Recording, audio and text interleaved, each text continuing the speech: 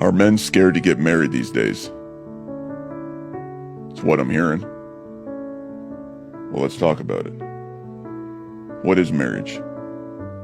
It's a contract.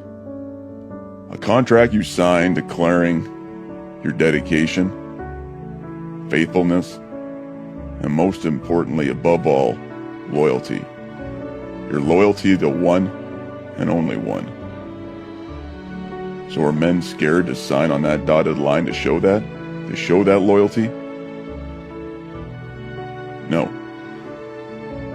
Because they've done so before. With the truck company they prefer. Or the beer they drink. Or the sports team who breaks their heart every damn season, year after year. But they're married. They're married to it, and they'll never let it go.